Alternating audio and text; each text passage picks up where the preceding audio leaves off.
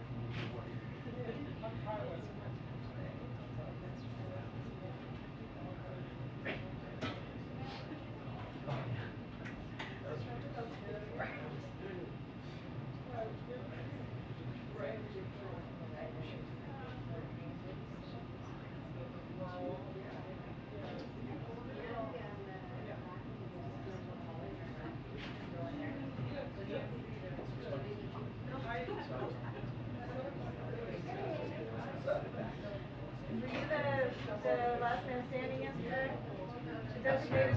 The designated survivor, or Yes. whatever it's called. Yeah, how's that which way? I had no choice. I tried to get out of it. No, you didn't. No, it's our turn. Full rotation. Yeah. Did you see the picture of what I had to turn also? I saw a picture of like a lot of tables. Yeah. I think Garcia posted one. And I'm literally like this shooting. Really? There was no room. They didn't leave any room for it. It was great. They went up there, they TV set all this stuff up, and then they go, what can you do? Which, thanks for thinking of us. You moved photos, right? What's that? Did you move photos? Oh yeah. People use them? Yeah, but it's just, don't worry about it. We were an afterthought. Well, You know, because it was originally it was going to be TV was going to be set up and we were going to yeah. I mean, like, there was a lot of work involved in getting what we got. Yeah. Yep. As these things sometimes are.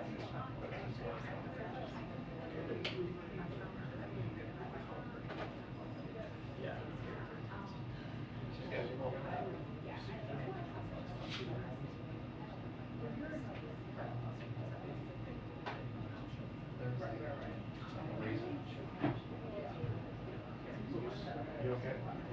Morning, who's reading? Yeah. Oh. Who goes in the corner and reads? Well, there's a comfy chair. They're not one book, but two. I guess they should be like a nice reading spot. Get away from the crowd and settle in and read.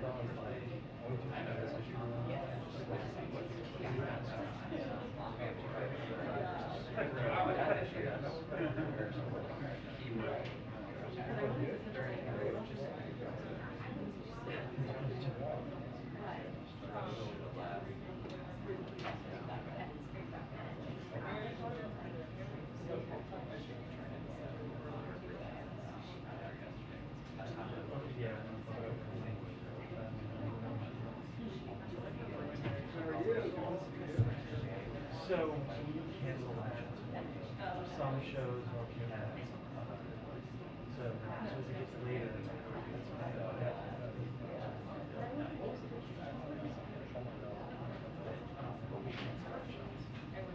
so like if somebody asks for more wow, and I probably should think I should ask for that. How could you anytime before?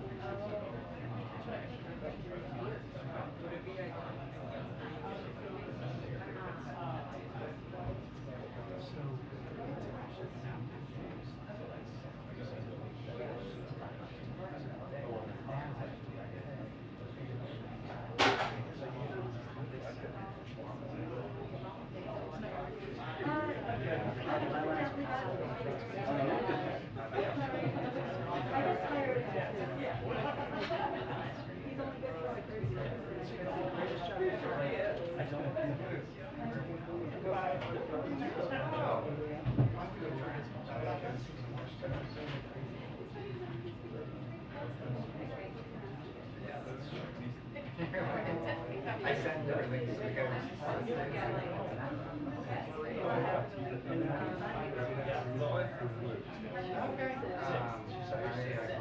like now it's beautiful.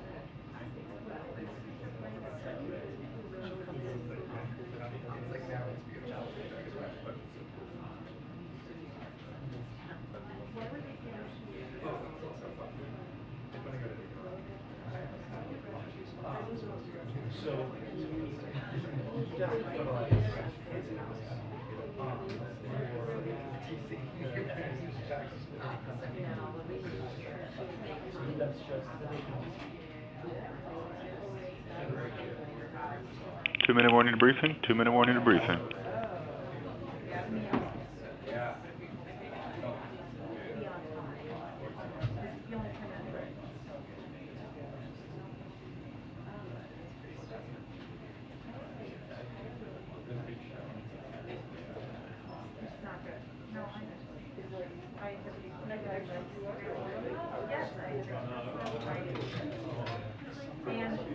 Full cycle TV.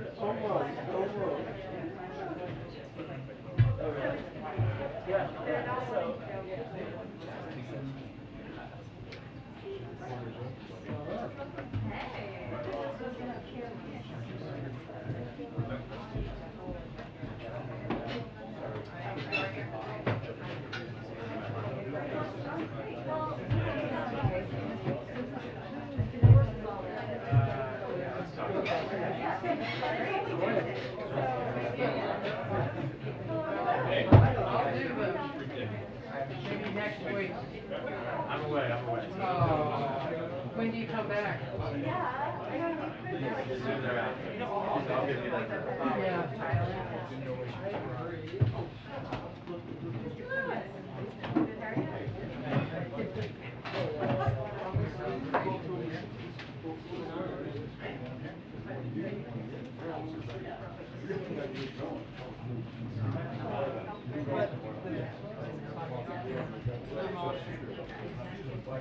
Whoa. Yeah, that was messed up. They did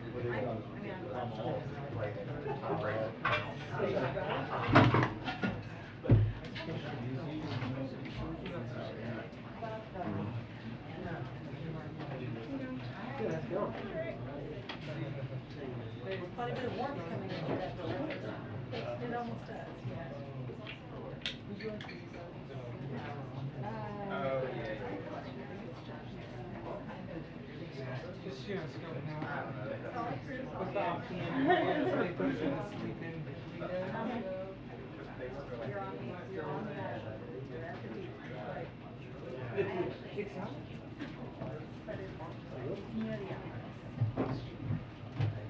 Good afternoon, everybody.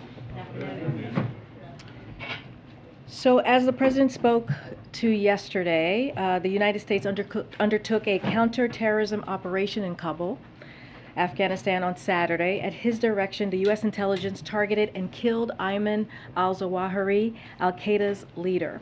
We know you have questions about this today, and so we wanted to make sure that we had John Kirby come back. He's going to talk about the specifics of that operation and the extension also of truce in Yemen, which is incredibly important, and any other foreign policy news of the day. With that, I give you John Kirby, National Security Council Coordinator for Strategic Communications. Thanks, Karine. There you go. Appreciate it.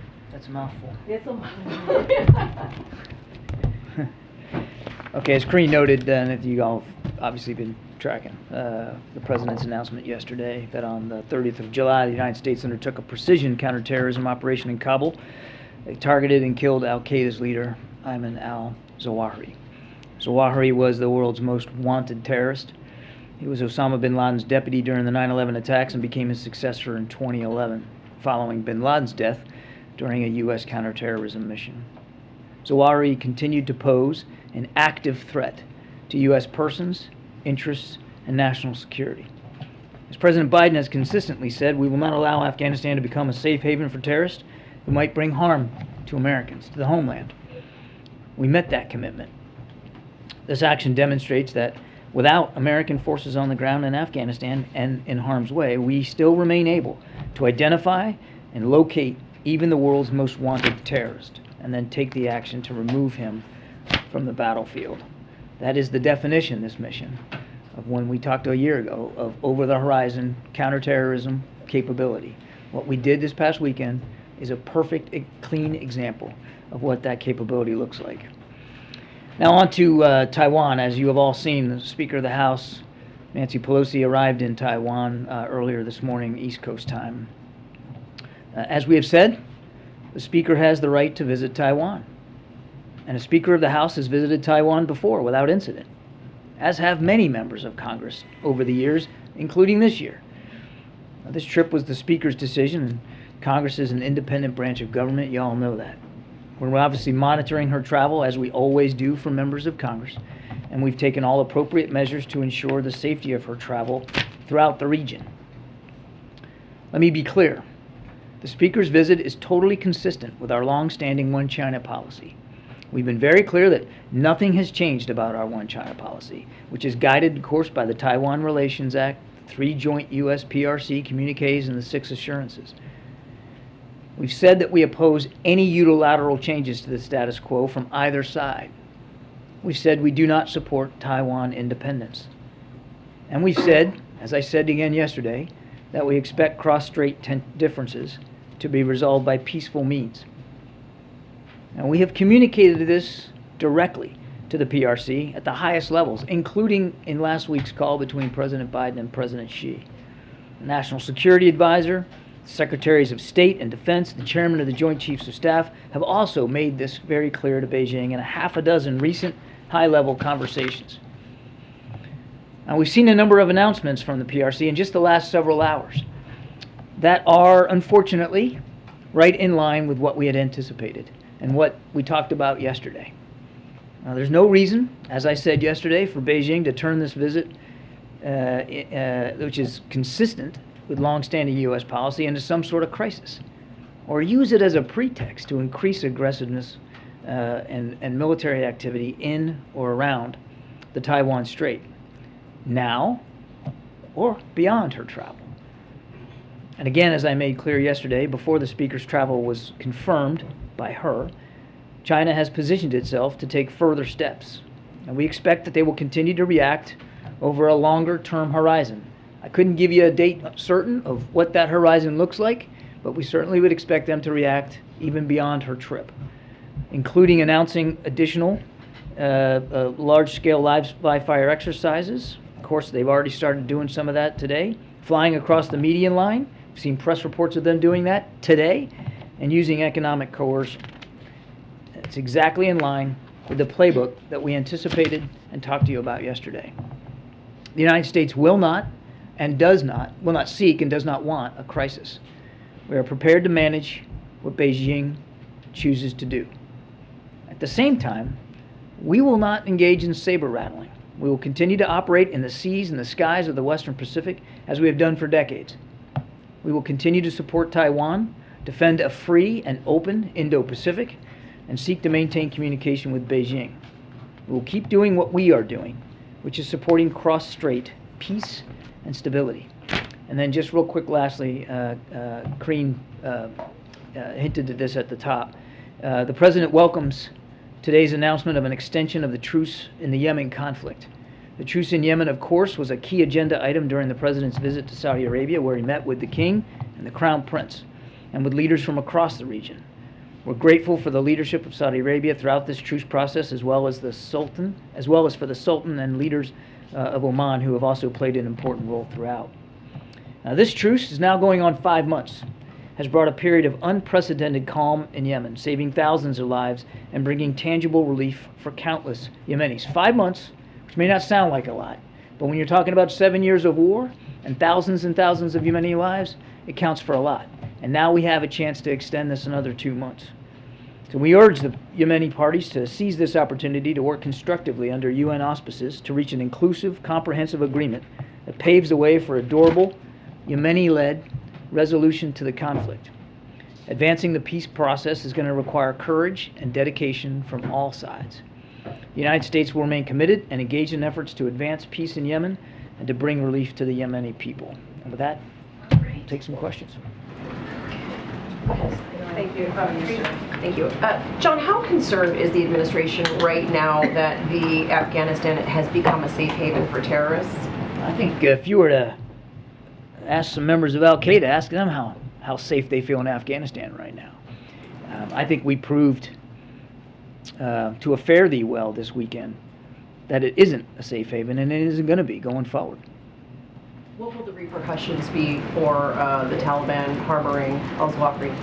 I'm not going to telegraph moves and decisions that we might make. I'm certainly not going to get ahead of anything at this point. I would just make 2 points. One, the strike itself shows how serious we are about accountability. Shows how serious we are about defending our interests.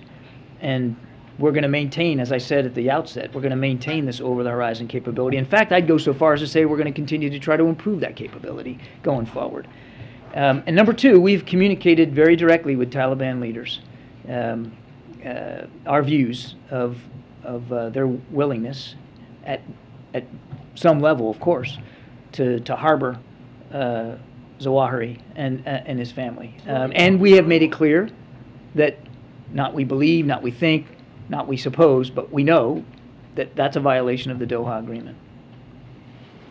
So obviously, John, just to follow up on that, clearly this shows accountability for Zawahiri and for Al-Qaeda, wherever they are, as you got him in Afghanistan, but it doesn't show accountability for what the Secretary of State described as a gross violation of the Doha Agreement. So can you commit that there will be some act to demonstrate that they will be held accountable in some way? And how do you do that without it looking like, yep, we'll just take out one by one, you can keep allowing more in? Well, again, I'm not going to telegraph punches that haven't been thrown yet, or decisions that haven't been made yet.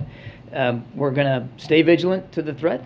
We've made it clear to the Taliban that we know what they did, and we know who they harbored, and we know some of the steps they tried to take after the strike to cover up the evidence of it. So we're mindful of it. But I'm not going to get ahead of decisions, policy decisions that haven't been made. I mean, it's not that we take the Taliban at their word, but just indulge me for a second. They claim they want a relationship with the United States and with the West. They claim they want to open up and be part of the international community. They claim they want financing. That's exactly right, Peter.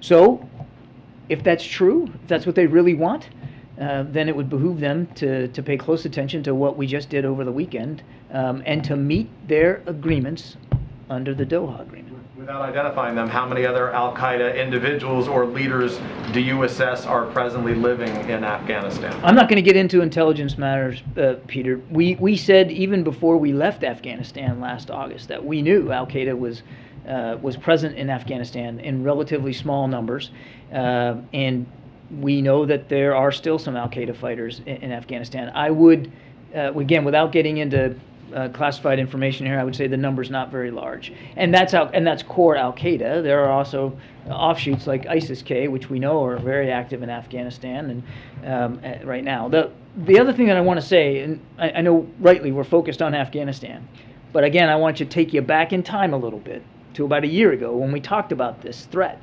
and then our departure from Afghanistan. We know that Al-Qaeda has metastasized, both in terms of character. Now they've got different offshoot groups, Al-Shabaab, ISIS, and ISIS has got splinter groups of its own. But they've also metastasized geographically. They're not focused as much in a presence in Afghanistan. They're in North Africa. They're in the Sahel. They're throughout the Middle East. They're in Yemen. So, I mean, there are other counterterrorism threats in other parts of the world. We're going to stay focused on them all. I get that we're focused on Afghanistan right now, but we're not taking our eye off the rest of the world either. John, something you just said is not consistent with what we were told last year. You're saying that you've always known there was a small number of Al-Qaeda in Afghanistan. President Biden said, what interest do we have in Afghanistan at this point with Al-Qaeda gone?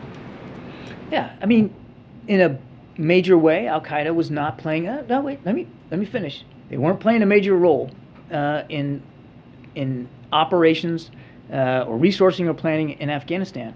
But Peter, I know specifically because I was at a different podium a year ago, and we talked about the fact that Al-Qaeda had a presence in Afghanistan, but small and not incredibly powerful or potent. And I think, again, without getting into numbers, we would still assess that to be the case. So we know that the Taliban was harboring the world's most wanted terrorist. You guys gave a whole country to a bunch of people that are on the FBI most wanted list. What did you think was going to happen? I would take issue with the premise that we gave a whole country to terrorist groups. I mean, again, I'd encourage you to ask. Harboring the world's #1 terrorist. How is that not giving a country to a terrorist sympathizing group, if not giving them permission to have terrorists just sit on a balcony? The question, I mean, Peter, the way you asked that, it makes it sound like we owned Afghanistan a year ago. It wasn't our country. It was an independent sovereign state. And the president made a bold decision to end a war that had been going on for 20 years because he believed then, and still believes now, that our national security interests are best met by meeting the threats of today, not the threats of 2001. And I don't want to relitigate the whole war here, but obviously no one anticipated the Ghani government to fall as fast as it did. But we said at the time that as we depart Afghanistan, we're going to keep vigilant. We're going to stay ready, and we're not going to let Afghanistan become a safe haven for terrorists who threaten our homeland. And this past weekend, we proved that case precisely. But so now that you know that the Taliban is not living up to the part of the deal that they made with the U.S. to not let Afghanistan be a place that terrorists feel like they can be safe, what are you going to do about it? Well, that gets to Peter's question. I'm not going to telegraph decisions that haven't been made or policy initiatives one way or the other. I would just say for some spectacular terrorist attack in the U.S. to then say, oh, well, there's terrorists. If we were, Peter, in Afghanistan, now we can go get them. If we were, Peter, then we wouldn't have taken the hit on Saturday, the strike that we took on Mr. Zawahiri. If we were just waiting, this isn't about waiting. It's about watching. And we watched very closely, and we acted on what we learned. And I would go so far as to say not only the American people are safer as a result of President Biden's decision, but the rest of the world is safer. Does that mean that the threat from Al-Qaeda is over? No, of course it's not. Now, they'll have to make some decisions here, and we'll watch that too. And if we discern a threat to the American homeland again from them or any other terrorist group, the president will reserve the right to take that action again. We're going to go around. Thank you. John, now that House Speaker is actually in Taiwan, can you give us a sense of President Biden's thoughts on the matter? Does he support that? And then secondly, what kind of lines of communication, if any, are ongoing today between the two governments? Well, I mean, you have the Speaker of the House that's in Taipei right now. Of course, she's going to be meeting with government leaders. We have stayed in touch with our Taiwan counterparts, of course, and we've stayed in touch with Speaker Pelosi's staff as she has progressed through this trip. Just to clarify, I meant with Beijing. I don't have any specific conversations with PRC leaders to speak to today, but we, as you know, we have an ambassador there, we have an embassy. I mean, we are in routine communication with leaders in Beijing, but I refer you to the State Department for anything that they might or might not have communicated. And then about President Biden, does he? Look, I said this yesterday. The president, as a former senator, fully respects the right and the prerogative, frankly, the responsibility of members of Congress to include the Speaker of the House to travel overseas. But that's a different question, or that's a different response. And does he support her going? He respects the Speaker's decision to travel to Taiwan. Yeah, Courtney in the back. Thanks. I wanted to ask about Ukraine, specifically the refugee situation. The president had committed to accepting 100,000 refugees from Ukraine. And I know that whole idea is that they would stay here temporarily for 2 years.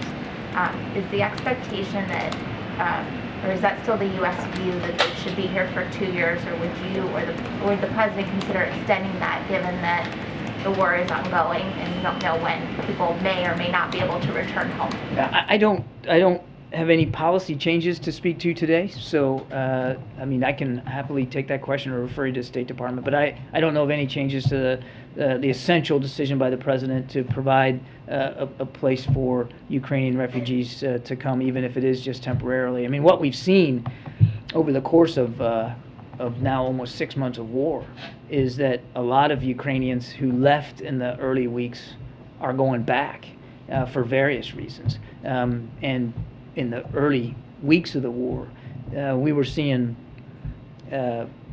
families cross the border, and then either the mom or the dad or both would drop the kids off with somebody and go right back in. So there's a strong desire by Ukrainians to be in their homeland, to be in their country, and we respect that. Would you have to ask Congress for the ability for them to stay longer? I won't get ahead of policy decisions that haven't been made yet. I mean, our commitment to supporting Ukraine has not changed. There's been no change to the president's commitment in this regard in terms of welcoming refugees, but I just don't have any changes for you today. Thank you. Mr. Kirby has already killed more than 200 people in Tanzania and in Kenya in 1998. And right now, even though the U.S. compensated U.S. citizens who were victims of those bombings, the people in Kenya and Tanzania, they've received nothing. What message do you have for them now that you've killed them? Yeah, I'd say the same thing I told Mr. Ducey here, that this is not just a good day for the United States of America, it's a good day for the world. Yeah, but I'm saying that the families of the victims of those bombings were not compensated by the U.S. What message do you have? I don't have any compensation policies here to speak to. Again, Mr. Zawahiri's death is good for everybody around the world. He was a killer, and it's a good thing that he's no longer walking the face of the earth. It also means that we're going to have to stay vigilant to this threat going forward. So you say that the lives of Kenyan and Tanzanian don't really matter? Wow, I got to take issue with that. I did not say that, and I don't even know where you came from on that one. Of course, all lives matter. I didn't say that. I didn't say that, sir. And I really, really take exception to the tone and the implication in that question. Of course, their lives matter. Every life matters, particularly a life taken so violently as by the hands of a terrorist. If those lives didn't matter, sir, we wouldn't have taken the action that we took this weekend. And if those lives didn't matter, sir, we wouldn't be staying vigilant to the threat going forward, which we will do. John, on Taiwan? Oh my gosh. But all the Nancy's. Nancy squared. Second row, Nancy. John, was anything you saw today from China's response a surprise? I know that there were the drills and missile tests that Beijing announced that they would conduct. Was that what they've been warning about in private to the White House? I'm not going to talk about private discussions. What I would tell you is that what we've seen thus far, and she just arrived, is consistent with the playbook that we expected them to run, and we'll just keep watching it. It's one of the reasons why I came out here yesterday to sort of lay some of that out for you. So what we've seen so far, been pretty consistent. And is the president planning to speak with Speaker Pelosi after she leaves Taiwan, or when she gets back here to get a readout or a sense of that trip? I don't have any conversations that I could announce or speak to. Obviously, if he does have a conversation like that, I'm sure Karine would let you know. When it comes to Taiwan, it appears the retaliation has already begun. China banned exports from 100 Taiwanese brands. Are you concerned that Taiwan is going to end up paying too steep a price for this U.S. visit? There's no reason for that to happen, Nancy. As we said today and yesterday, no reason for China to take what is a perfectly legitimate and consistent travel by the Speaker of the House and turn it into some pretext for amping up the tensions or creating some sort of crisis or conflict. There's just simply no reason for that. And because she's not acting, we're not acting in any way inconsistent with the way we've been acting now for decades, since the Taiwan Relations Act was was passed into law back in the late 70s. I can't speak for Chinese actions or Chinese decisions one way or another. We're going to continue to watch this and monitor this. I would just say that we don't support Taiwan independence. We've said that before. We do support Taiwan's self-defense in keeping with the Taiwan Relations Act. We're going to keep doing that, and we're going to keep working on revitalizing our alliances and partnerships in the region for a free and open Indo-Pacific. And what is this going to do to the U.S.-China relationship, which is already so fraught? I think the fact that the president talked to President Xi last week for 2 hours is an indication of how much the president understands and respects the consequential nature of this bilateral relationship. As I've said before, one of the most consequential, not just in the region, but in the world. And the president wants to keep those lines of communication open. It is particularly important to do that when there's times of tension like right now, to make sure those lines of communication remain open. So I would say, to answer your question, one, we don't want to see this spiral into any kind of a crisis or conflict. Again, we would say there's no reason to. Number two, we want to be able to maintain those lines of communication. But a lot of this is going to depend. Answering your question is going to depend a lot on how China behaves over coming days and weeks. Hey, John, We'll come to you back. John, given the concerns you were just talking about with China's actions in response to this visit by the Speaker, the heightened tensions, the risks of provocations and the like, does the President believe that the Speaker's trip is a net benefit to U.S. national security interests or not? Look, the President doesn't typically comment on congressional travel. As I said, he respects her decision to go.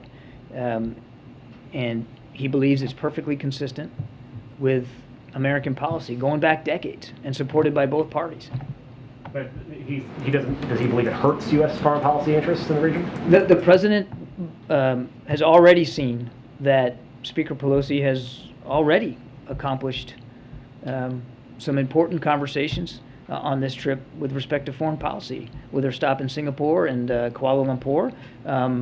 And then, she's already announced she's moving on to Japan and South Korea, two of our treaty allies in the Pacific. So he welcomes her conversations. He welcomes her contributions to American foreign policy and our foreign policy objectives overseas. But, the trip's not even over yet. So I think we ought to give the Speaker a chance to talk about what she did, what she learned, and what she took away from this trip when she gets back. And then just back to the Zawahiri strike. You mentioned that you worked at the telegraph punches before they were thrown, but has the President decided that the Taliban should pay a price, or has he not decided that they should pay a price for harboring al-Qaeda? I'm not going to get ahead of the President on this. I think the Taliban already has paid a price, just in terms of the now very public acknowledgement that they were harboring Zawahiri and his family. And that the United States did exactly what the President promised we would do.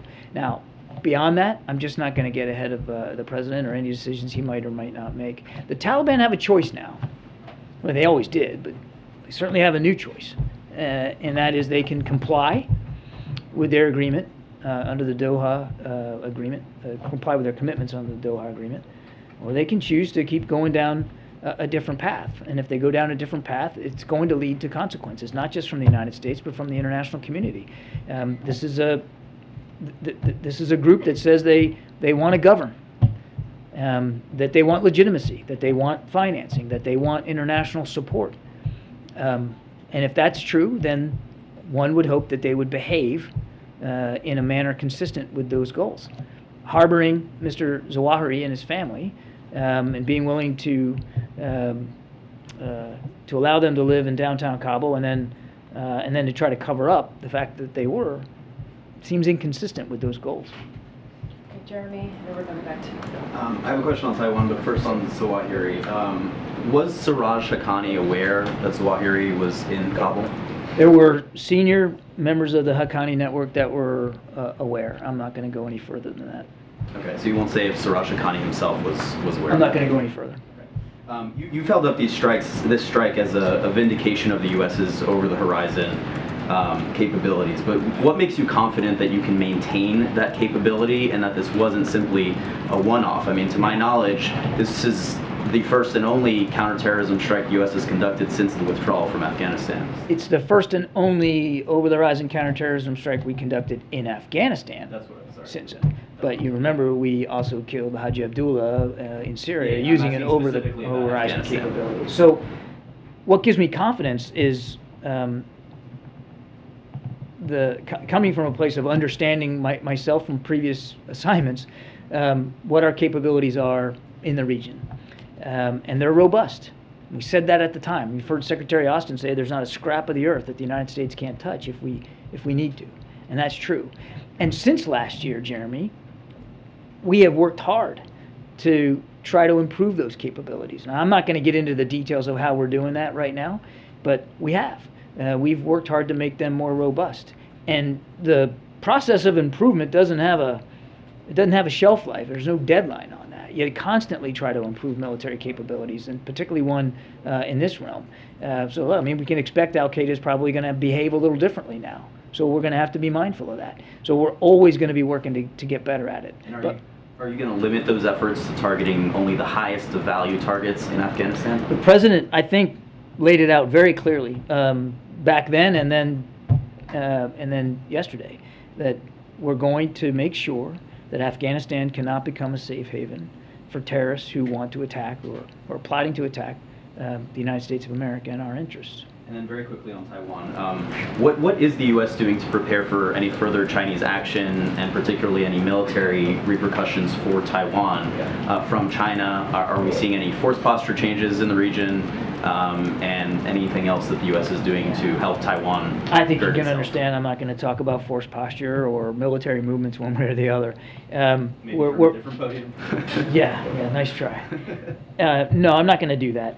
We take our security commitments in the region broadly very, very seriously. We have robust military capability, obviously available to meet those commitments. We're going to watch what happens here as closely as we can. The only thing that I will say, as I said at the top, is that we're going to make sure that Speaker Pelosi's trip, the whole trip, is safe and secure for her. Thank you. As you mentioned, we're seeing some pretty provocative stuff, unfortunately, from China, whether that's canceling food exports or planned military exercises. I'm wondering, given these developments, does the White House believe that it would have been better that news of Speaker Pelosi's proposed trip had not leaked last month? Would it have been better if this remained secret until she was on the ground? Look, it's hard to speak to leaks in this town and what effect they. I mean, you're asking me to sort of go back in time and sort of disprove a negative here. Look, the leak was certainly unfortunate. Wherever it came from, it was unfortunate because the speaker, as we have said, Karine has said, and I have said, should be able to talk to her travel in her own terms. And you know, when she landed, she announced she was there. And then one more very quickly. House Republicans are already moving forward with legislation that they plan on proposing it that would create a sort of lend-lease program for Taiwan. Is this an overreaction? Is this something that perhaps heightens tensions at a moment when they should be mellowed? I won't speak to Congress and their motivations or whoever, and I'm certainly not going to talk about proposed legislation. I would tell you that it's time to wake up. I would tell you that there's been long-standing bipartisan support since the late 70s for the Taiwan Relations Act, both sides of the aisle, and that remains today. And we take our obligations under that act very seriously, which provides for a way, a method of assisting Taiwan with their self-defense. And so through I can't speculate about where this proposed legislation is going to go, and I'm certainly not going to offer an administration policy statement on it since it's simply proposed. But I can be certain, and it's important for everybody to understand how seriously we take our obligations under that Taiwan Relations Act, and we're going to continue to do that. I mean, even just under President Biden, you know, we've provided $1 billion worth of defense articles under the Taiwan Relations Act. So it's a serious commitment. Thank you, sir. Thank you, Karine. Thank you. Thank you, John. Sebastian. Yeah. So 2 questions, please. Can you confirm Chinese media reports that the US ambassador in Beijing was summoned by the government and it was in the middle of the night? That's the Global Times is reporting that. We know that Ambassador Burns has had discussions with his Chinese interlocutors, but I'd refer you to the State Department in terms of being summoned in the middle of the night. And the other one, there was an interesting nugget in the middle of a latest Thomas Friedman column, which was ostensibly all about Taiwan, but he then mentions Ukraine. And there was an intriguing couple of paragraphs in there where he's supposedly quoting people from inside the administration telling him that, I can't remember the exact words, but it was essentially that there's less trust in Volodymyr Zelensky than is being reported, and that there's actually, I've got it right here. There is deep mistrust between the White House and President Volodymyr Zelensky. I'm only asking you because Thomas Friedman is obviously somebody who's read widely and supposedly has, you know, contact with people inside the White House. So, yeah, the president has spoken many times to his admiration for President Zelensky's leadership and courage in this time of war. He has obviously spoken to President Zelensky personally many times, and he knows understands the stress that President Zelensky and all the Ukrainian people are under, and that's why he has remained very committed to continuing to support Ukraine in their fight against Russian aggression. He has privately and publicly expressed that respect for President Zelensky and for the challenges that he and his fellow citizens are facing. John, in an effort to advance the public's understanding of what happened in the Zawahiri operation, can you explain that the Hellfire missiles apparently have these blades? Can you explain how operationally that worked, and to avoid civilian casualties, what the capabilities of those missiles are and how it all played out? No. All right. How about this one? Last night, a senior official was asked, to avoid any doubt being aired about whether, in fact, it was Zawahiri who was targeted. There's multiple intelligence sources, multiple methods. Is there anything you can tell us to avoid any doubt being aired about the fact that it was, in fact, Zawahiri who was killed? There's a limit to how much detail we can provide on this. I would tell you that it's a combination of visual evidence and evidence collected through other means that led us to the certainty before that this was the guy, and that led us to the conclusion after with a high degree of confidence that he was no more. Is it physical evidence? It's a visual evidence and evidence collected through other means. I really think that's about as far as I can go. But the assessment is high confidence that we got who we were aiming for. And I think, just without getting into more detail, I mean, just the various things that the people on the ground did afterward also helped us come to that conclusion. Yeah. Last year, the Biden administration was undertaking a review of its drone policy. I can't find any evidence that that review was completed or released to the public, and I'm wondering what the status of that is, but also what this operation tells us about President Biden's approach to the use of drones in foreign policy. I don't have an update on the policy review. We can take that and see if we can get back to you on something. I don't have an update for you on that today. But I think in every thing that you've seen President Biden do as Commander-in-Chief, and now I can speak with some authority on that, having served in another building, there is a respect for the use of force, and an appreciation for both the power that's resident in the use of force as well as the limits of some of that power around the world that the president fully respects, and he has a deep appreciation for, if the military tool is going to be used, that it's used to pursue very discrete national security interest, and that the tools used are appropriate to the task. And unmanned aerial vehicles are a tool, very powerful tool. You can't use them for everything. You shouldn't use them for everything. But in a case like this, well, I think the results speak for themselves. Thank you. If you could talk a little bit about why the president, in the case of Zawahiri, ordered a CIA drone strike and not a military strike, and specifically if Pakistan was notified ahead of time in this case. There were no notifications in advance.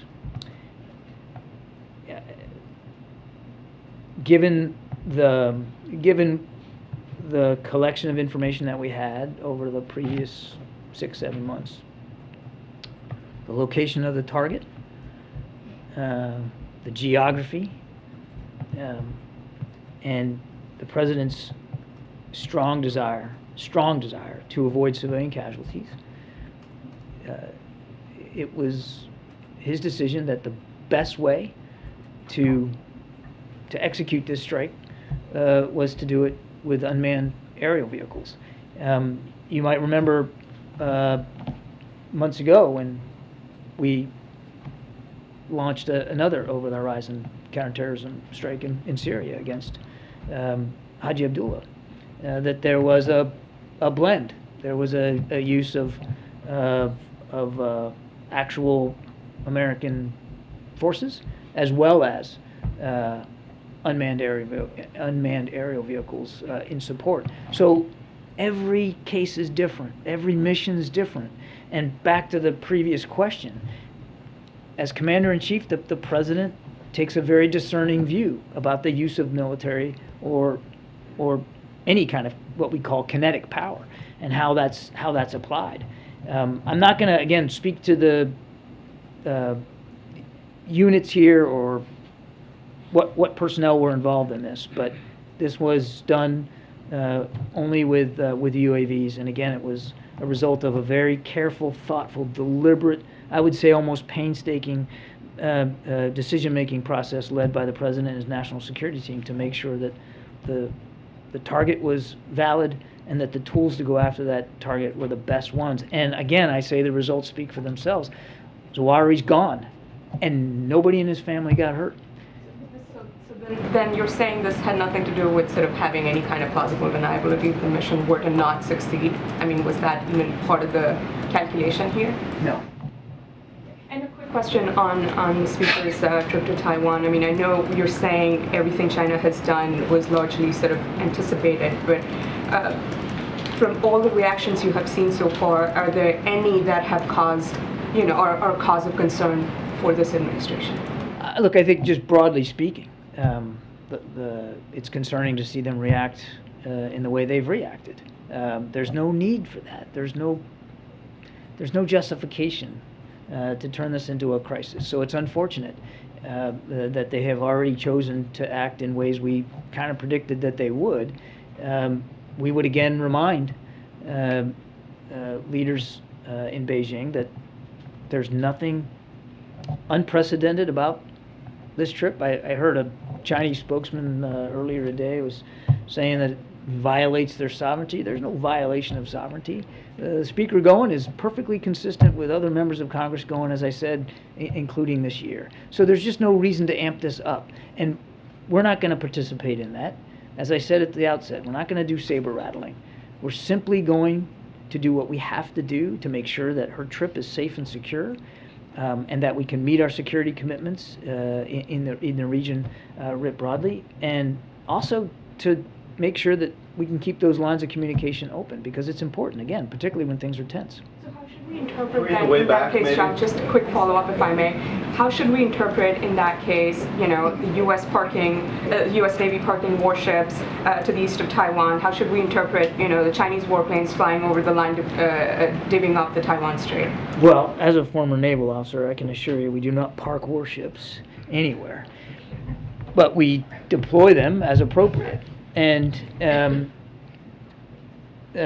not going to speak to individual unit movements right now. We have the 7th Fleet is present in the Western Pacific, based in Japan. We have a lot of naval assets in the region, and they're constantly moving around, and they're constantly conducting operations and exercises, to include what we call freedom of navigation exercises or operations. Reaction to what is happening there. I'm not going to talk about force level movements with respect to this. James, are you ready? Oh, my goodness. Okay. Thank you. The floor is yours. Thank you. Admiral, one on Taiwan, if you would, and one on the Middle East very quickly. You keep telling us that U.S. policy hasn't changed and that the United States does not support an independent Taiwan. And yet, if we look at what Speaker Pelosi tweeted from the ground in Taiwan, her post actually states, quote, "America stands with Taiwan." We all know that Taiwan harbors ambitions toward independence. When the Speaker of the House says, "We stand with Taiwan, America stands with Taiwan," how can the Chinese construe that as anything else but that you're supporting independence? I'll let the Speaker speak for herself. All I can tell you, James, is what I told you yesterday, and I'm happy to repeat it. Nothing has changed about our adherence to the One China policy. Nothing has changed about our stance on Taiwan independence, which is that we do not support Taiwan independence. And nothing has changed, James, about our commitments and how seriously we take those commitments under the Taiwan Relations Act. Everything is consistent, James. I can't say that any more clearly. So when she says America stands with Taiwan, is she misstating administration policy? You should talk to Speaker Pelosi about her comments. I'm not going to parse. I'm not saying that, James. I'm not going to speak for Speaker Pelosi. That's beyond my writ. I can speak for the administration when it comes to national security policy, and nothing has changed about our policy. On the Middle East, very quickly, is the Iranian Revolutionary Guard Corps presently engaged in the conduct or support of terror activity? I think I know where this is getting. You don't have to know. No, I think I know where you're getting with this.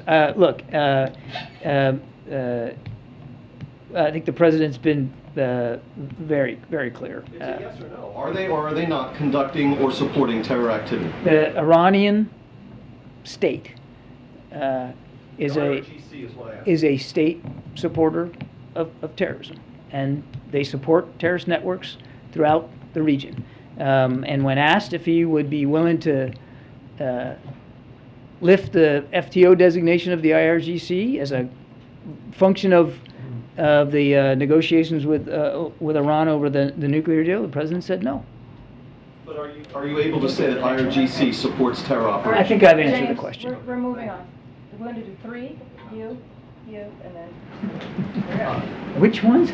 Okay. We're going to do. You know who you're pointing at. I do not. I am so sorry. Then we're going to go to Ed, and then we're going to end with Okay. How about me? Okay, Brittany Griner's trial in Russia resumed earlier today, and a sentencing is expected potentially by the end of the week. Considering the fact that Russia made that counter offer that the U.S. said was not a serious offer, how confident is the U.S. that they will take such an offer for a prisoner swap? And if they do not, has the administration already talked about other plans of action to bring her home? Obviously, we're not going to negotiate this thing in public, and I do appreciate the question, but we've made a serious proposal, made a serious offer, and we urge the Russians to take that offer because it was done with sincerity, and we know we can back it up. But I don't think it's helpful for Paul or for Brittany, for us from the podium to get into a back and forth with the Russians over what the negotiations might or might not look like going forward. Bottom line is, we want to see Brittany and Paul come home to their families where they belong. And the president takes that responsibility seriously, and so seriously, in fact, that an offer has been made, a proposal has been put forth to affect that outcome, and we urge the Russians to take it. And one follow-up, I spoke to Reverend William Barber of the Poor People's Campaign, and he said something that Reverend Al Sharpton has said, that a group of diverse religious leaders would like to take a delegation trip to Russia if such negotiations do not work, to bring Brittany home, to make some type of moral, compassionate, humanitarian, compelling argument to bring her home. Would the U.S. support a delegation trip if your negotiations were unsuccessful? Yeah, I don't want to speculate on a hypothetical here. I would just tell you that we are working hard, government to government, to get Paul and Brittany home. So much so that we did put forth a very serious proposal, and I think I'm just going to leave it there. Good, Ed. I want to ask you about oil. So I saw that the State Department approved a potential sale for Patriot missiles to Saudi Arabia.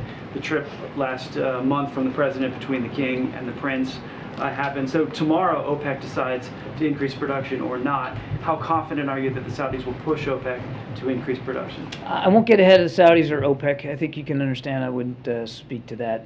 We had good discussions with them on the president's trip to include productive discussions on energy security. But look, this is a decision that that OPEC has to make, and I wouldn't want to get ahead of that. Regardless. But do you expect the Saudis to? I mean, you know, we're giving them weapons now.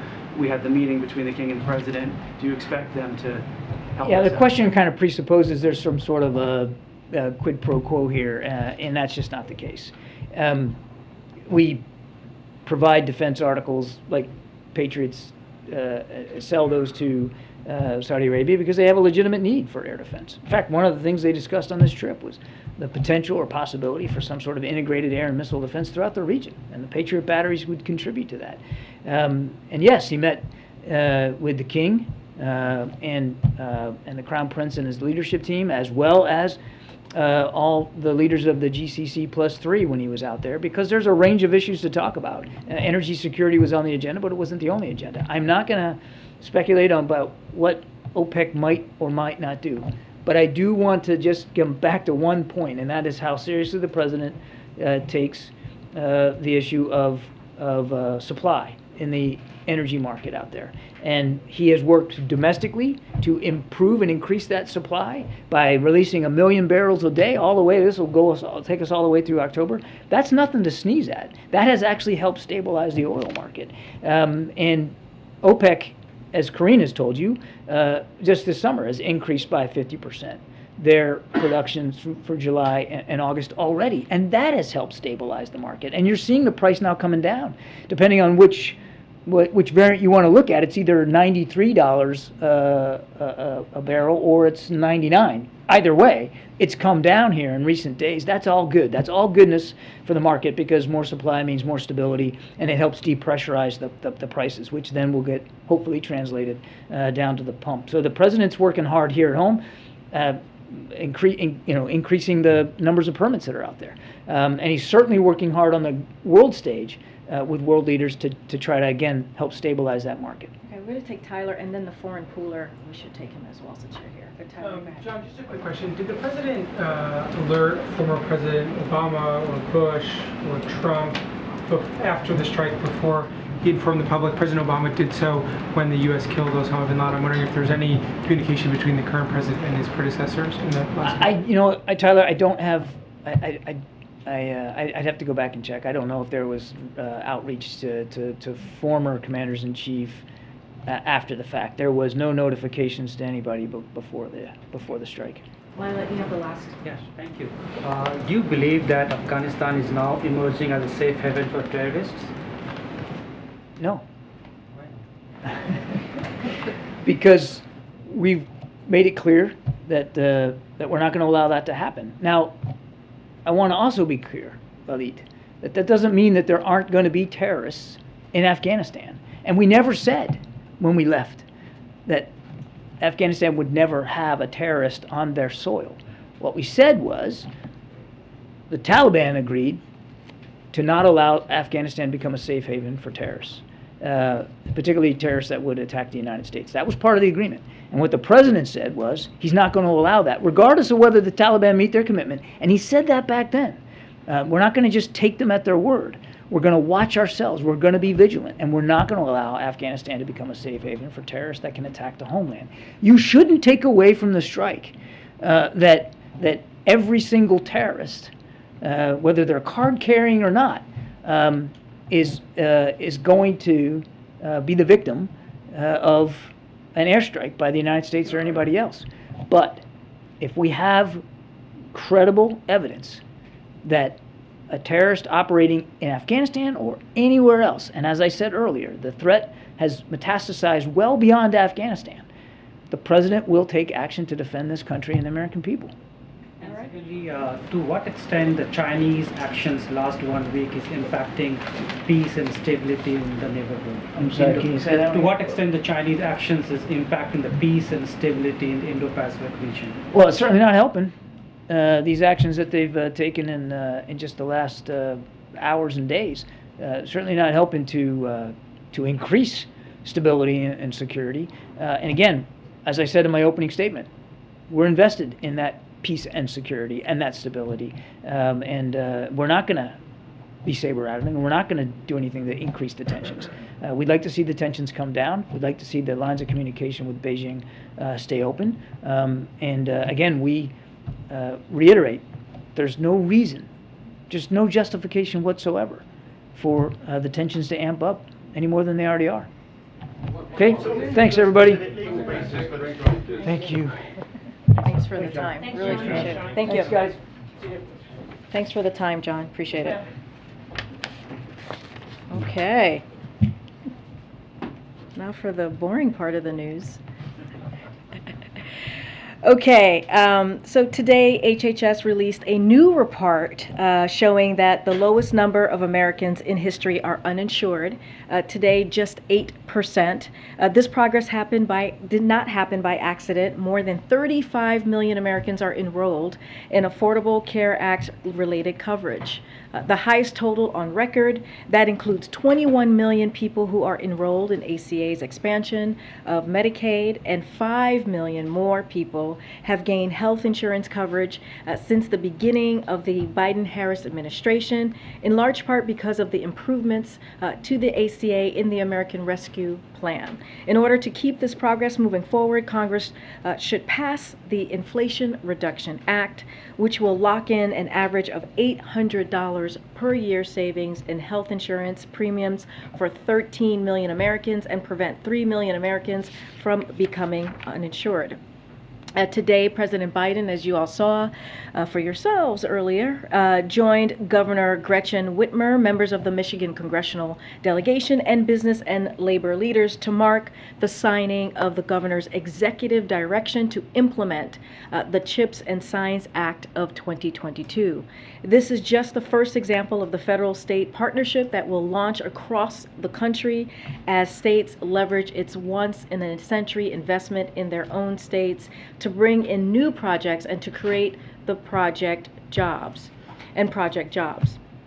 We will have, I know folks are wondering and asking, but we will have an announcement on the official signing of CHIPS and Science Act soon, which will lower the cost, as you all know, you've all heard us say, everyday goods, creating high-paying manufacturing jobs across the country, and strengthen our national security and U.S. leadership in the industries of the future.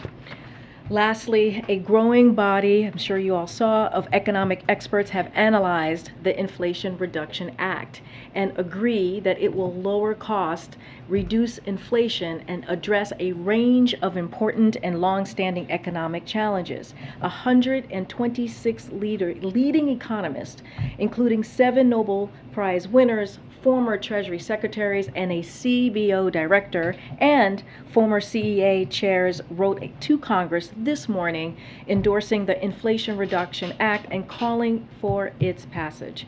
They wrote that these investments, and I quote, will fight inflation and lower costs for American families while setting the stage for strong and stable and broadly shared long-term economic growth, end quote.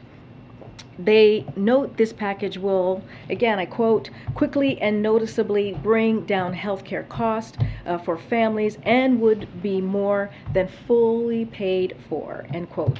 They also underline that the revenue raised to finance these investments would come exclusively from wealthy individuals and corporations.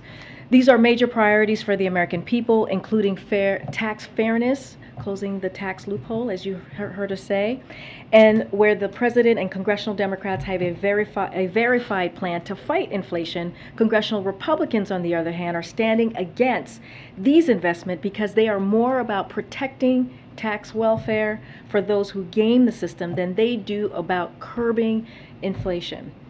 They are screaming bloody murder because this bill repeals sweetheart deals that let hedge fund managers pay for less income tax than the average American, or stop multi-billion-dollar corporations from exploiting loopholes to pay literally nothing, or stops shielding wealthy tax cheats taking advantage of everyone in this room.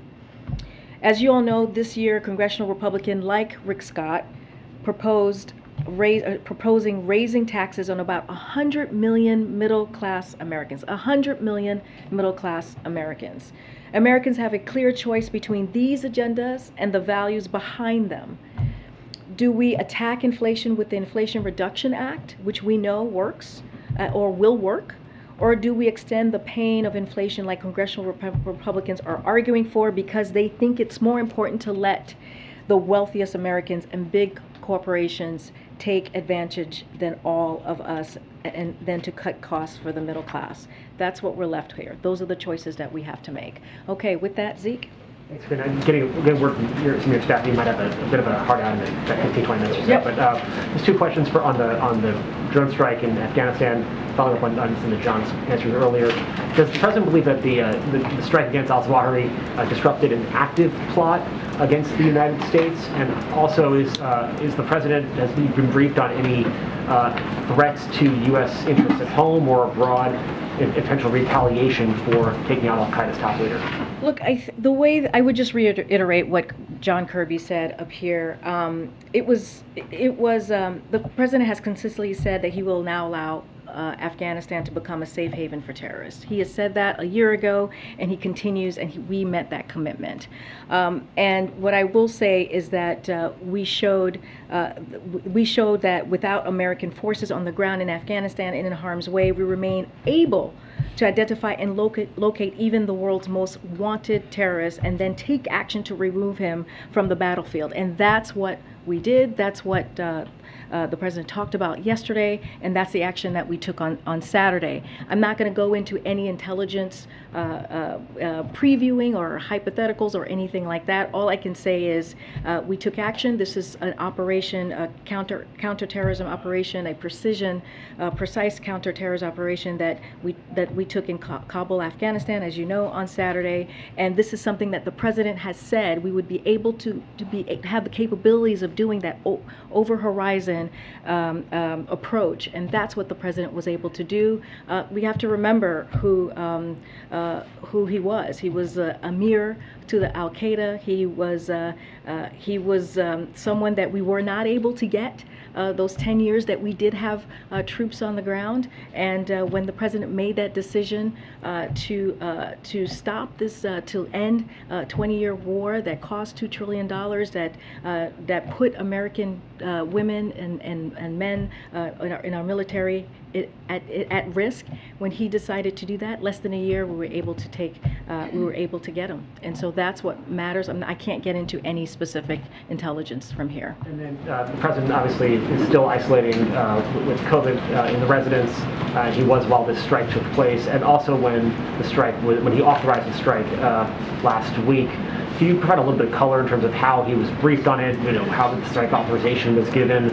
Was this all taking place over Zoom or secure video conference? Could he be in the Situation Room? So as you know, the president could be president anywhere, and as you know, he also, as you just mentioned, he's isolating in the White House residence, as he has been since he tested most recently from a rebound positive on Saturday, and so he's able to do these types of conversation with his national security team, clearly through secured lines, and that's what he was able to do.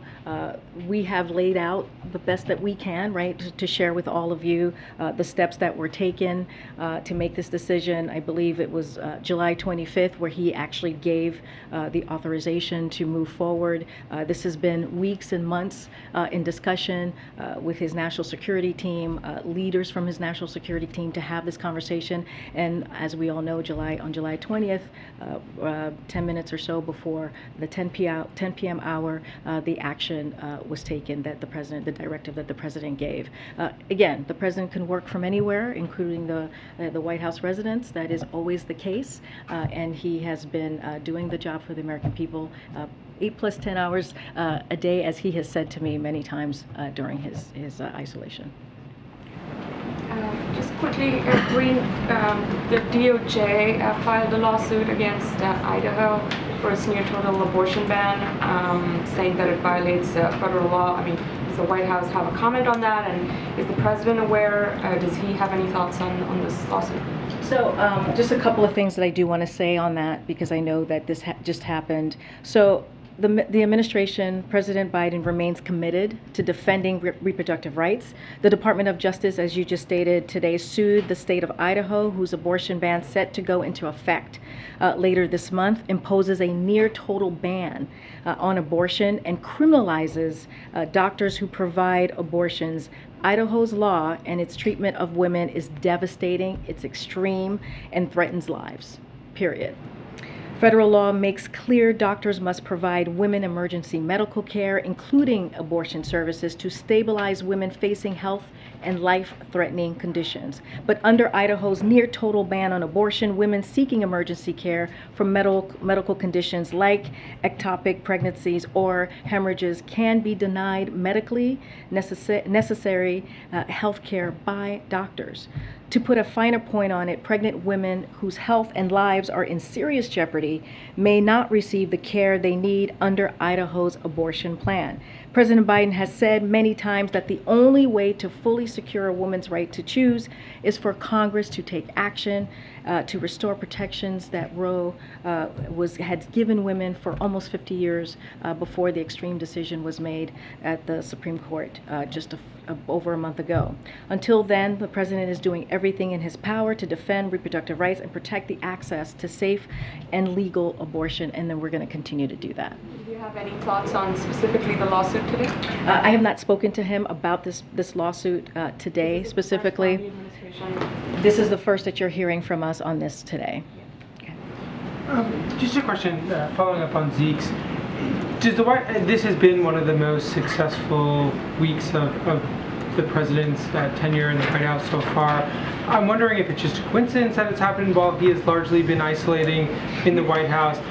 You know, the CHIPS bill has passed, an historic agreement with Mr. Schumer. What are you trying to say there? I'm just wondering if the White House finds it coincidence. Or, I mean, the president had a successful 2020 campaign where he was mostly working from his home. Work from home has seemed to be successful for the president. Tyler, my goodness, jeez. Oh my gosh, the cynicism. Look, the president is going to continue to work for the American people regardless. It doesn't matter where he is. I hear what you're saying, but we've had successes over the last 18 months. It's not just been this week, right? This spurt has been a quite successful week for the president by all accounts. Yeah, but it's not the first time. We had the American Rescue Plan. We had the bipartisan infrastructure deal. We've had other successes in this White House. And so, what we have seen the past couple of days is the president grateful, absolutely, for what we're seeing from Congress, the work that we have continued to do with them, the partnership that we have had with them for the past 18 months. When you look at the Inflation Reduction Act, that's something that we have been working so hard for, that talking about during the campaign, that is like a down payment from what he was talking about from 2019, that we're now seeing moving forward, and we are grateful for that, and so we're going to the CHIPS Act, as you just mentioned. He did an event with the governor of Michigan, and that's going to be something that we'll see more on, those type of events with state local officials. But look, I will say this is all what we're seeing right now is because of the hard work of this administration, is because work that we have been doing for some time now. It just happens to be coming down at this time. But I wouldn't put it all together in one week or two. I'm just saying this is the work that we have been working towards. This is the hard work of this president. This is the hard work of this administration to continue to do the business of the American people. And he's still been working. I know, and I'm not he's still suggesting been that he's not working. working. It's just at a time when, for the first time, when he has been forced by his medical diagnosis to stay in the residence. There's been a string of successes. I'm getting the sense that you're saying it's just a coincidence that the timing is aligned, but I don't want to put words in your mouth. Tyler, my goodness. I just think it's an interesting phenomenon that we've seen across a range of his priorities. They've all kind of come together. I think we should just be really thrilled and really excited that we're getting work done for the American people, and I think that's what matters at the end of the day. Go, Tam. Just a couple of quick infectious disease questions. First about monkeypox and the president's COVID. First on the president's COVID, I think you may have answered this before, but I'm a little confused about when he would come out of isolation. Is it 5 days? Does he need to test negative twice?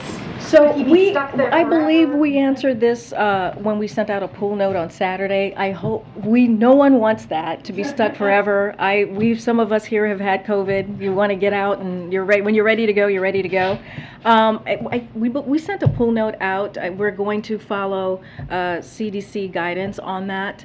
I believe it's 5 days of isolation, and then clearly with the test, a negative test. We're going to continue to share with all of you what his personal physician is sharing with us on his condition. You guys got an update on he's doing fine, he's doing well, and he's ready to just continue to work, but work in person and not from the White House residence. So that's going to continue. And then the other question is about monkeypox.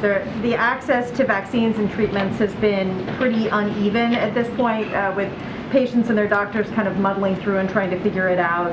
And we're wondering what the new monkeypox response coordinators will be able to do to improve this situation, or what they're being tasked with.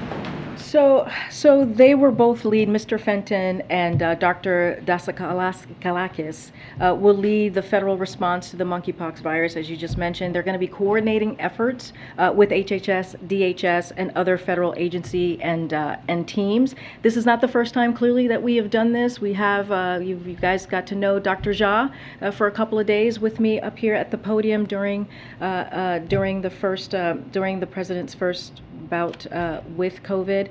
And so we've done this before, and so this is not new. Each federal agency will continue to play an important role in the response. The monkeypox response effort will be the best able to coordinate across the federal entities, listen to the needs of communities, and ensure timely follow-up.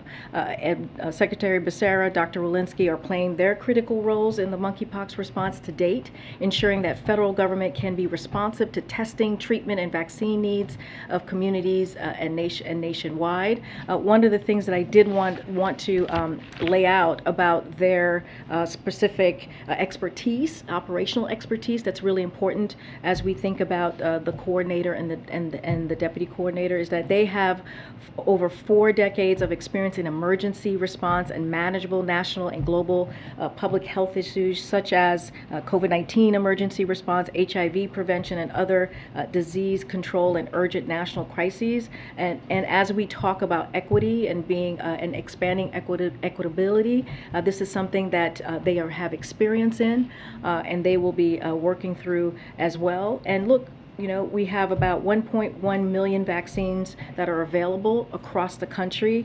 We are procuring another 5.5 million doses. And so this is what we're ramping up, working on having a comprehensive response to monkeypox. Another thing that we need to do and that we're doing is making sure that we have the testing out there. I talked about yesterday how we have the capacity of we've met the testing capacity of 80,000 tests around across the country, and outreach. So those are the things that we will continue to do. We always know there's more work to be done, and so one of the reasons that we had made sure that we announced the coordinator for monkeypox. Okay. Thanks, Karine. On the Inflation Reduction Act, is the primary aim of this legislation to reduce inflation or to fight climate change and reform the prescription drug pricing system? I think all of it. I don't think it's, I think we, one of the things that the president has talked about, you've heard us talk about, is one of his economic priority is to lower costs, which is fight inflation. We see it in the name, Inflation Reduction Act, and we have heard, I just listed out 126 economists who agree with us that is going to lower inflation, and which is incredibly important. But we can't forget the historic investment to climate change, right? To fight the climate crisis, which is something that the president has been doing from day one. He's taken bold actions. He wants to make sure that we lower those energy costs for families. All connected. I think they're all connected. You think about the pharmaceutical drugs. This is also historic, as many Democrats, including this president, has been fighting for a very long time to make sure that Medicare can indeed be able to negotiate and lower costs for our seniors. So I wouldn't pull anything out. I think this is together is going to lower cost for families, and if you think about the deficit, bringing down the deficit, adding another $300 billion to the $1.67 trillion that we saw last year, that's going to help as well fight inflation and lower costs. It is called the Inflation Reduction Act, and it seems that the most favorable interpretation from economists, including those that the White House has cited, is that this legislation will help bring down inflation in the long term, perhaps later this decade. But there's near universal agreement that this is going to do very little to actually bring down inflation in the near term, which seems to be when Americans would be looking for an Inflation Reduction Act to actually address inflation. Look, that is something that we disagree with, right? We think that this is going to have some effect for American families when you think about negotiating with Medicare, and so that it could lower cost for your grandparents, for people who are senior in your household that you're trying to help, and make sure that they're able to get that funding or those funds or pay for those chronic medicine. That matters. And so that is really important as well. There's going to be rebates for families so that they're able, as it relates to energy cost, it's going to matter as well. Those are huge. Those are incredibly big for families just across the board, especially in the middle class. And you think about congressional Republicans and their plan, it's the complete opposite. They are not interested in lowering costs. If they were, this is it. This is the bill that exists in the House right now, in Congress, I should say, in the Senate at the moment, that could do that. And they don't want to jump on board to help us lower costs for families. But do you have any evidence that this is going to lower inflation in the short term?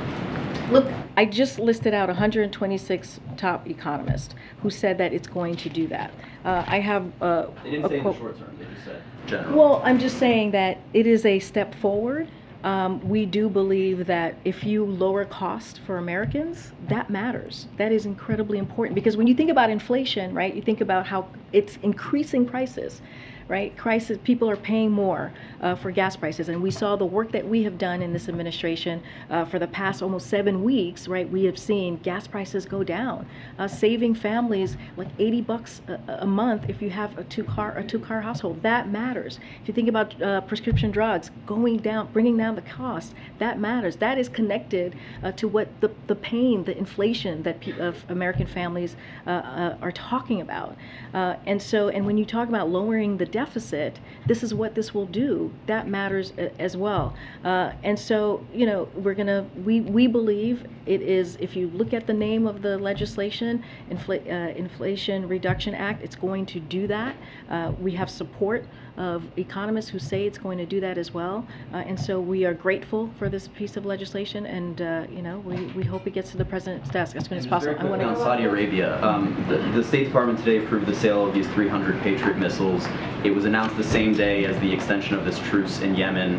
Were those two things connected? I don't have anything to share on that. I'm going to move on, though. Go ahead. Thanks, Karine. We heard John Kirby say today that the threat from al-Qaeda is not over, but can you talk about how big of an operational impact on al-Qaeda this strike on the Zawahiri will have? I'm not going to go beyond to what John Kirby said today. Hey, Karine. Yeah, so on the Inflation Reduction Act, so there's a corporate tax increase to a minimum of 15%. How confident is the president that the companies will not pass that cost on to people in the form of higher prices? Look, the reason why we talk about we think the global minimum tax of 15 is, or the minimum tax, the corporate minimum tax of 15 is so important, is because you have 55 companies, corporate companies right now, who pay absolutely nothing, who pay $0, and by doing this, we are fixing the tax loophole. It is important to do that. It is important to have a fairer tax system, and it is important to just for people to pay their fair share. We're talking about tens of billions of dollars of profit that we are seeing these companies bring in, and not paying a cent, not paying anything for it. I cannot speak to your question that you're asking me. I cannot speak to that. What I can speak is to this legislation and why it's so important, and why we need to get it done. And there should be bipartisan support for this legislation. There should be. When you think about Medicare, when you think about energy costs, when you think about the deficit, lowering that deficit, continuing to do that, and just making sure the tax code is fair. It's like people are paying their taxes. There's nothing here that we should be against. We should be supporting this legislation and delivering for middle class families. Go ahead. Thank you. Later this month, India will be celebrating 75th Independence Day. It's the world's largest democracy. It has done a lot in the last 75 years. As the president of the world's oldest democracy, does the president have a message to the people of India or the Indian Americans as well? So we congratulate the people of India on 75 years of independence. India's nonviolent freedom struggle was an inspiration to the world, and we hope that the next 75 years see India continue to prosper. This year, the United States and India also celebrate 75 years of diplomatic relations. As the world's oldest democracy and the world's largest democracy, respectively, we will continue to work together every day to deliver opportunity, security, freedom, and dignity to our peoples. We are partners in many important areas, including defense, vaccines, climate, tech, and our ever-growing people-to-people connections. The United States will continue to work with India to advance a free and open Indo-Pacific and address the challenges both our countries face around the world. All right. Okay. Anything? All right. Thank you, guys. Thank you.